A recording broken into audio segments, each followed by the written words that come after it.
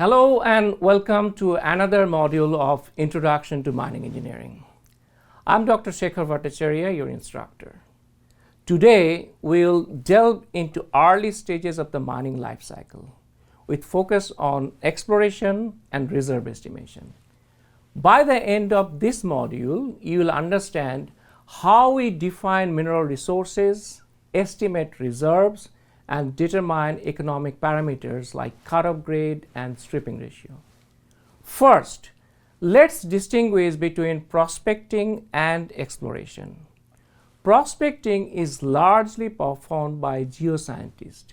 It helps locate mineral concentrations, and then the exploration follows. And mining engineers take a lead in designing the sampling and drilling programs.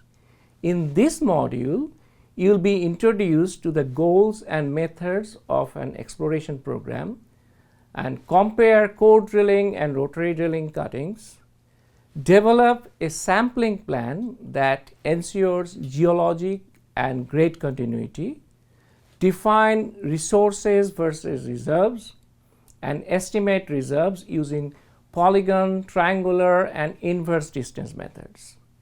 Calculate cut-off grade and stripping ratios for economic analysis.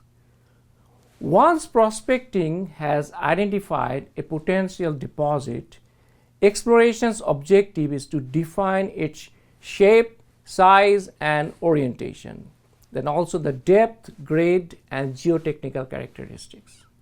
We also often perform metallurgical and geophysical testing to assess the ore quality and structural integrity. Reliable information comes from sampling and especially the drilling programs. Two main drilling types are used. Number one is a core drilling, which yields intact rock cores. It preserves the geological structures, which is ideal for geotechnical analysis. The second type is the rotary percussion. It's also called the reverse circulation drilling.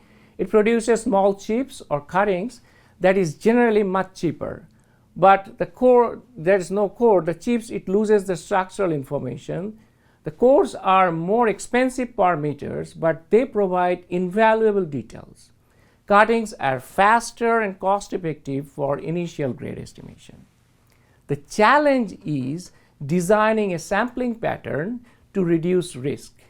If hole spacing is too wide or very regular, you risk missing small or high value zones or misestimating the grade continuity.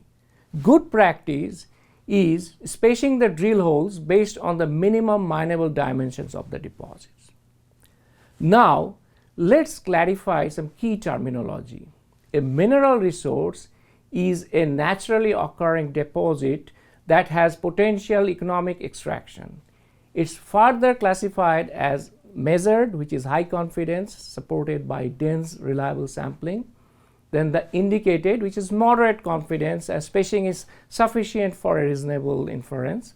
Then the inferred reserves, which is resources which is low confidence based on limited geological data. A mineral reserve is that portion of the resource that can be mined economically at the current time. Reserves are mineral resources classification. Then the proved reserves derived from the measured resources and have a highest confidence. The probable reserves are derived typically from indicated resources and carry moderate confidence. The proved mineral reserves are the most valuable for the planning and the investor confidence. These legal and reporting distinctions are essential for compliance and financial transparency. Once resources are defined, we estimate the reserves using spatial interpolation methods. One can be the polygon or triangular method, which divides the deposits into planar blocks using triangles or Voronoi polygons around the drill holes. Each hole's data is weighted by its associated polygonal area. Inverse distance weighting methods, it estimates the parameter values like your grade thickness at an unsampled locations by taking an average inversely weighted by distance to known sample points.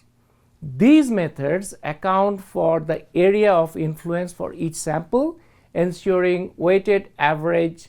It reflects the deposit's variability. You should be able to calculate weighted average grade or thickness using these approaches. These techniques are foundational in resource estimation before we convert to economic reserve.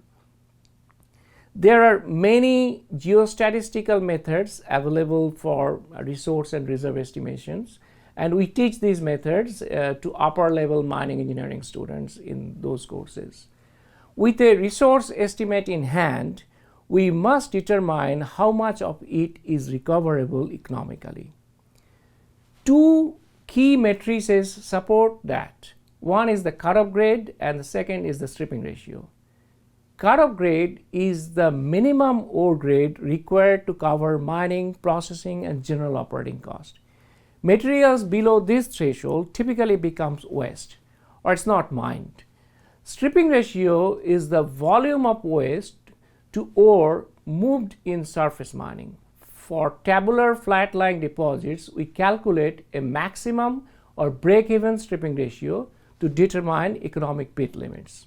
For dipping deposits, we used instantaneous stripping ratio and the maximum allowable stripping ratio.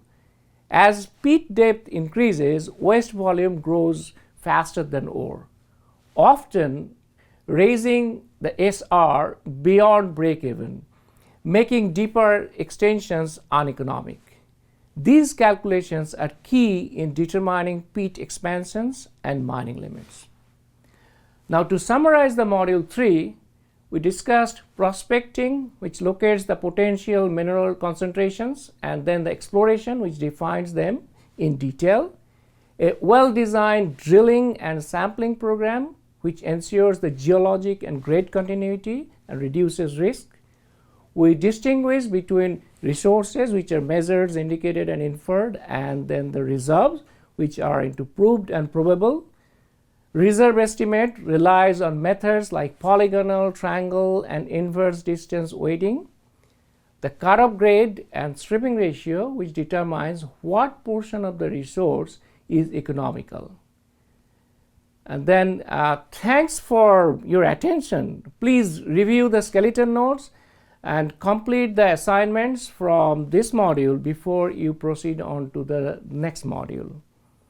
Well, I'll see you again soon with the next module of Introduction to Mining. Until that time, keep learning and stay safe.